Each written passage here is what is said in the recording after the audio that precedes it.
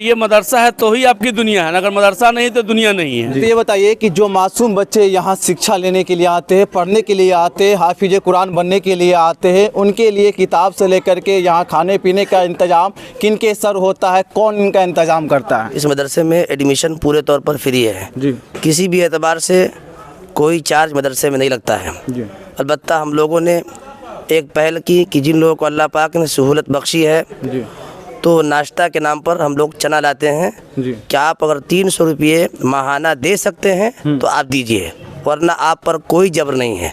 ख़ास तौर पर वो बच्चे जिनके वालिदैन नहीं हैं या कमाने वाले कोई नहीं है तो उनसे 1 रुपया भी किसी भी एतबार से मदरसे में नहीं लिया जाता है।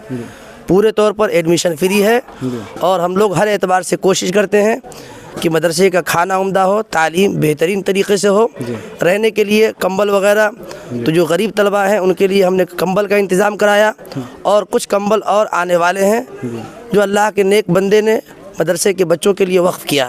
तो कुछ कंबल तकसीम हो चुके हैं, कुछ कंबल आने वाले हैं। यहाँ पर किसी भी एतबार से कोई चार्ज वगैरह मदरसे में नहीं लगता है। हाफिज कुरान बनने के लिए कितने की तादाद में बच्चा यहाँ पहुँचे हैं? इस बार हमारे यहाँ दाखिला तकरीबन 130 बच्चों का हुआ जी और अब लगभग तकरीबन 65 के करीब बच्चे अभी मौजूद हैं, जिनमें से 10 तलबे किराम की दस्तारबंदी होगी और अभी जो है तकरीब जो हुई है जिसमें 8 तलबा हिफ्ज़ शुरू किए हैं और 2 तलबे किराम कुरान पाक का आगाज़ किए हैं। हजरत यहाँ जो बच्चे आते हैं शिक्षा लेने के लिए यानी पढ़ाई करने के लिए जो आते हैं वो अपने इलाके से आते हैं या इलाका के बाहर से भी आते होंगे? हमारे यहाँ बिहम्दी ताला मधुबनी, दरभंगा, मुजफ्फरपुर, सीतामढ़ी और नेपाल, ये 5 जगहों के लड़के मौजूद हैं। अभी यहाँ पर सिर्फ सीतामढ़ी या नेपाल के नहीं बल्कि मधुबनी, दरभंगा, मुजफ्फरपुर हर ज़िला के बच्चे यहाँ पर मौजूद हैं। जो बच्चे यहाँ रहते हैं उनके सुरक्षा को लेकर के मदरसा की क्या जिम्मेदारी है?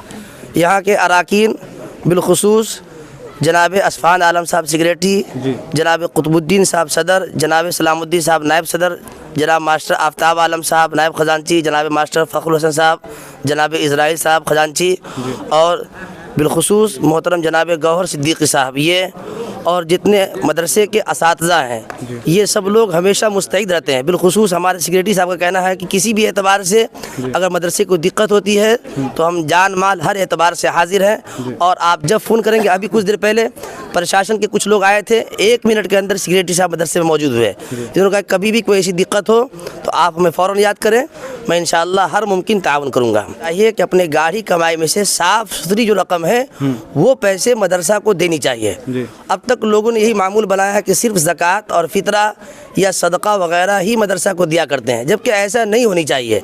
हम स्कूल वगैरह में तालीम हासिल करते हैं तो वहाँ पर साफ़ सुथरा पैसा जो होता है ज़कात फ़ितरा से हट करके तो वो पैसे हम वहाँ पर देते हैं, लेकिन मदरसों में आमतौर पर लोग रिवाज बनाए हैं कि सिर्फ ज़कात और फ़ितरा ही की रकम देंगे। हालांकि ऐसा नहीं करनी चाहिए। हम कुरान पढ़ते पढ़ाते हैं, हम हदीस मुस्तफ़ा पढ़ते पढ़ाते हैं, तो यहाँ पर तो और ज़्यादा साफ़ सुथरी रकम आनी चाहिए।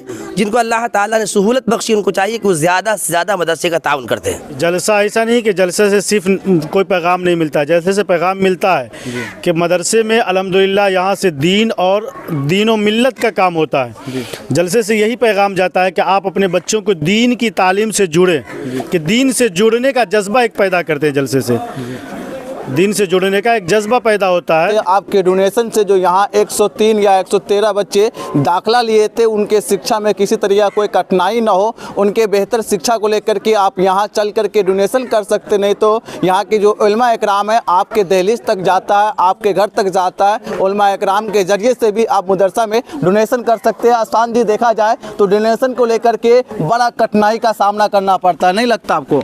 ये अस्सलाम वालेकुम मेरी तरफ से सभी लोगों को। हम आपको बता दें कि डोनेशन लोग मदरसा में या कहीं देने में हिचकिचाते हैं। वो जो हजरत जो बोल रहे हैं कि ज़कात फ़ितरा, आपको बता दें कि लोग यहाँ जो भी डोनेशन देना चाहते हैं, अभी आपको भारत सरकार का नियम है GST, PST, CST टैक्स, लेकिन आपको बता दें सरकार अब नियम लागू की है। लेकिन आपको बता दें हमारे इस्लाम में अल्लाह जब दुनिया बनी तभी से लागू कर दिए कि आप अपने कमाई का कुछ हिस्सा ज़कात फ़ितरा निकालिए। तो लोग ज़कात फितरा के साथ साथ कुछ हमारे ख्याल से जब अच्छे कमाई में से अगर अपने मदरसे को भी देंगे तो दीन इसी पे चलेगा, और हम लोग उसी पैसे से सारे बच्चों को देखभाल करते हैं। ये नहीं कि हम लोग को कहीं से बाहर से आता है, हम लोग मेहनत की कमाई जो लोग हम लोग को मदरसा में देते हैं उसी कमाई को हम लोग अच्छे से उसको यूज करते हैं।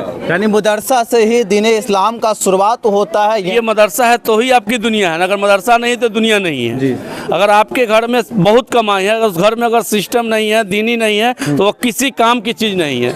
इसलिए सबसे पहले दीन, और हम लोगों से यही गुजारिश करेंगे, आग्रह करेंगे कि आप लोग का जो ज़्यादा से ज़्यादा हिस्सा दे और ज़्यादा से ताउन दे कि और भी अभी इस बार 8 से 10 बच्चे हमारे हाफिज हुए हैं। हम कोशिश करेंगे कि अगले साल इससे दुगुना 3 गुना हो, और इसमें पैसा देने में आपका पैसा सही जगह यूज होगा, इसलिए पैसा देने में कहीं भी, और जो ताउन करना चाहते हो कहीं पीछे नहीं हटे। इस पर आप तमाम लोगों का विचारधारा क्या है हमें कमेंट बॉक्स में ज़रूर लिखें।